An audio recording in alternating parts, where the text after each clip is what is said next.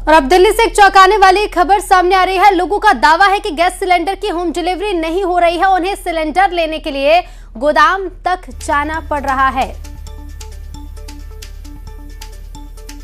है power house Rajghat Delhi में, जहां पर आप देख रहे हैं एजेंसीज हैं और कई गोडाउन एजेंसीज के यहां नजर आ रहे हैं, जहां पर आपको फिलहाल एलपीजी डोमेस्टिक सिलेंडर्स जो हैं वो यहाँ पर नज़र आ रहे हैं और ठीक ठाक मात्रा में यहाँ पर जो है वो सिलेंडर्स आपको दिख रहे हैं, भरे हुए हैं, रेडियो पे भी लगे हुए हैं डिलीवरी के लिए और पूरी तैयारियां यहाँ पर जो है एलपीजी डोमेस्टिक सिलेंडर्स दिख रहे हैं। इसके अलावा जब आप गोडाउन से बाहर भी आते हैं तो आप देखेंगे कि ट्रक्स में भी सिलेंडर्स जो है यहाँ पर मौजूद है। सरकार की तरफ से ये साफ किया गया है कि पहली प्रेफरेंस जो है वो घरेलू सिलेंडर हैं, यानी कि डोमेस्टिक सिलेंडर से। ऐसे में गैस की अगर कोई कटौती हो भी रही है तो उसका असर जो है वो घरेलू उत्पादों जो उपभोक्ता है उन पर नहीं पड़ेगा।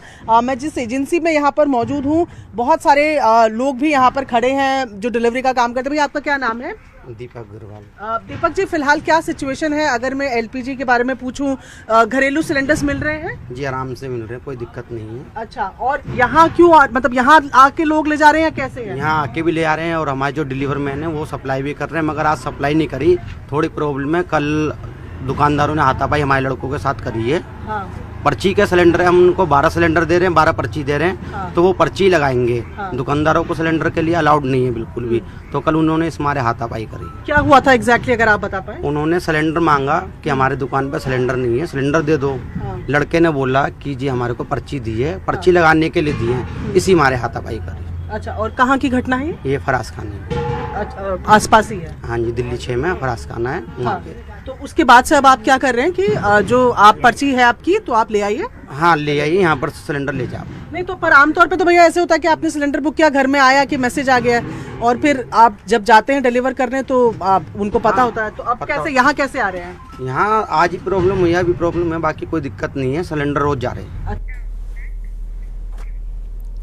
मध्य प्रदेश में पेट्रोल, डीजल और रसोई गैस की उपलब्धता पर लगातार नजर रखने के लिए राज्य सरकार ने 3 मंत्रियों की एक समिति का गठन कर दिया है। इस समिति में उप मुख्यमंत्री जगदीश देवड़ा, खाद्य नागरिक आपूर्ति मंत्री गोविंद सिंह राजपूत और एमएसएमई मंत्री चैतन्य कश्यप को शामिल किया गया। समिति केंद्र सरकार और तेल कंपनियों के साथ समन्वय बनाकर आपूर्ति व्यवस्था की निगरानी करेगी।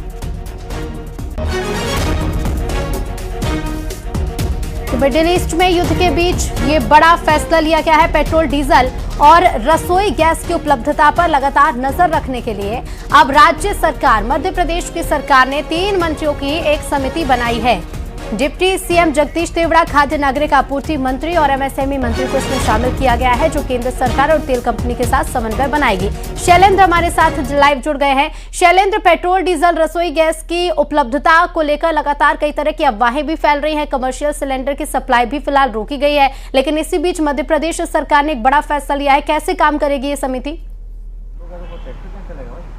देखिए, बिल्कुल जिस तरीके से कल की कैबिनेट में भी इस बात को लेकर डिस्कस हुआ था कि मध्य प्रदेश में जो डीजल पेट्रोल की बात हो या फिर जो एलपीजी है उसकी आपूर्ति किसी तरीके से प्रभावित ना हो, लोगों को कोई परेशानी ना हो। और इसके साथ ही अफवाहें जो कई बार सोशल मीडिया पर फैलती हैं उससे कहीं ना कहीं पैनिक होने की स्थितियां बन जाती है। और यही कारण है कि मध्य प्रदेश सरकार ने एक बाकायदा कमेटी गठित की है जिसमें डिप्टी सीएम, खाद्य नागरिक आपूर्ति मंत्री और एमएसएमई मंत्री चेतन कश्यप को शामिल किया गया है।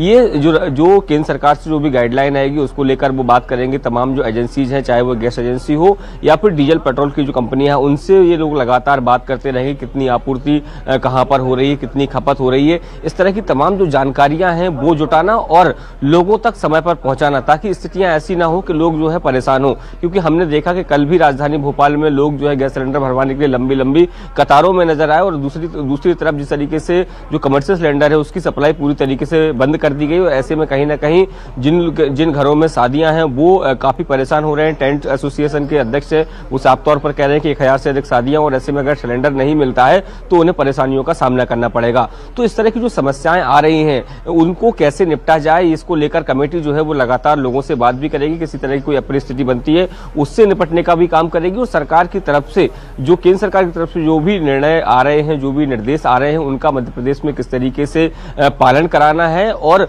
उसको लेकर कोई अपरिस्थिति ना बने, इस सबको लेकर ये कमेटी पूरी तौर पर काम करेगी, क्योंकि बहुत महत्वपूर्ण हो जाता है कि शादी समारोह के सीजन में लोगों को गैस सिलेंडर पर्याप्त मात्रा में पहुंच पाए, होटल्स में सिलेंडर पहुंच पाए, क्योंकि देखिए कई ऐसे होटल्स भी हैं जहां पर जिस जगह मैं सुबह भी गया था तो वहां भी स्थिति है, वो बोल रहे हैं 1 दिन का स्टॉक बचा और यदि ऐसे में सिलेंडर उनको उपलब्ध नहीं हो पाएगा तो खाने पीने की समस्या जो है, खासकर जो बाहर से लोग आते हैं या जो लोग सिंगल तौर पर रहते हैं और वो अगर बाहर खाना खाते हैं तो उनके लिए समस्या काफी परेशानियां होंगी। शैलेंद्र, बहुत शुक्रिया फिलहाल आपका जानकारी के लिए।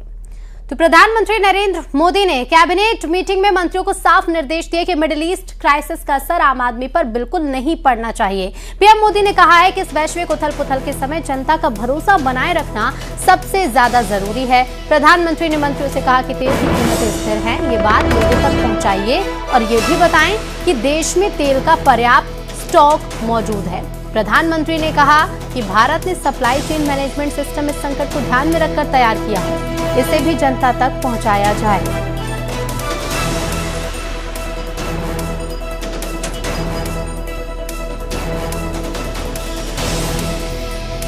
Well, there is absolutely no shortage of fuel. More details are being worked out. There is a serious war going on. I think everybody knows about it. The people are seeing it on television. You are showing it relentlessly. And in this situation of war, there will be concerns which will be appraised, which will be made known to everybody from time to time by the relevant. तो gas supply सुचारू रखने के लिए रिलायंस ने बड़ा ऐलान किया है। एलपीजी आउटपुट बढ़ाने के लिए 24 घंटे काम कर रहे हैं। बड़ा ऐलान किया है रिलायंस ने और कहा है कि देश की ईंधन जरूरतें पूरी करना हमारी प्राथमिकता है। नेशनल गाइडलाइंस का पालन करते रहेंगे। जरूरत के समय देश के साथ मजबूती से खड़े रहेंगे। RIL जामनगर रिफाइनरी में प्रोएक्टिव कदम उठा रही है।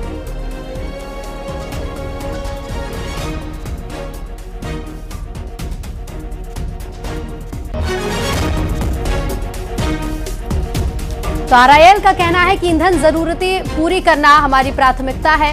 बड़ा ऐलान गैस सप्लाई को लेकर किया गया है।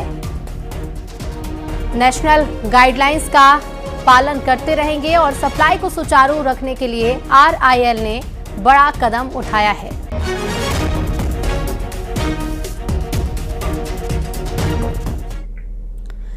इस वक्त दुनिया का हर देश संकट में घिरा है। गल्फ में चल रहे वॉर के चलते दुनिया भर में तेल और गैस की समस्या शुरू हो गई है। गनीमत है कि भारत में कोई संकट नहीं, लेकिन फिर भी सरकार एहतियात के तौर पर कई कदम उठा रही है और इस मुश्किल हालात के बीच विपक्ष सियासी चाल चल रहा है। एक तरफ सरकार सब ठीक होने के दावे कर रही है तो विपक्ष सवाल कर रहा है। देखिए रिपोर्ट।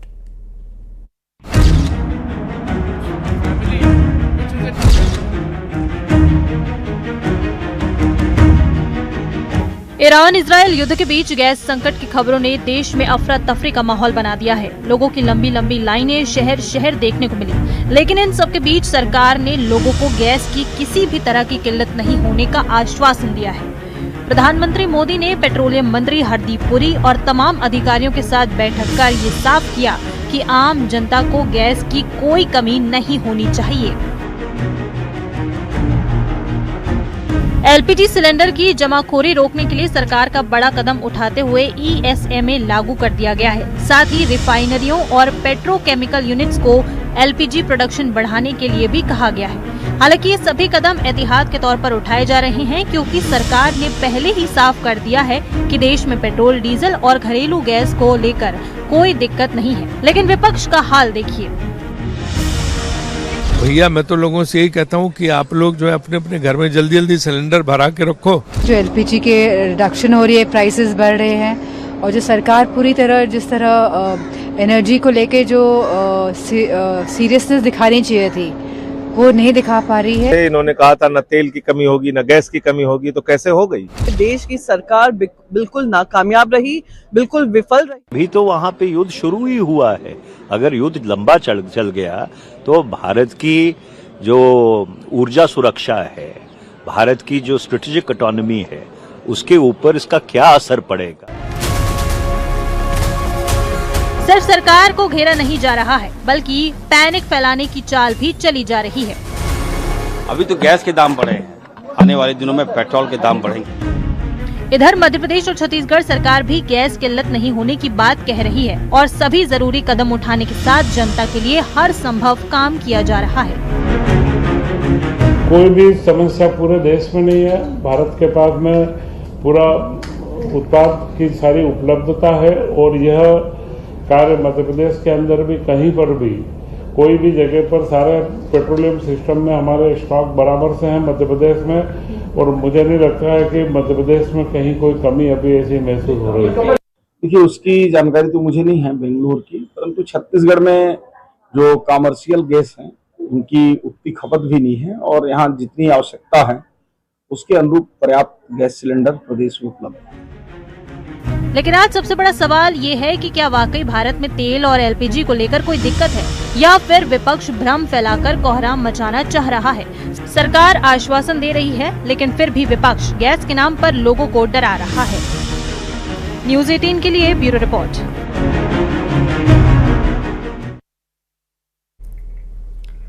और इधर शिवपुरी में बच्चियों से अश्लीलता के मामले में बड़ा एक्शन लिया गया है। मामले में आरोपी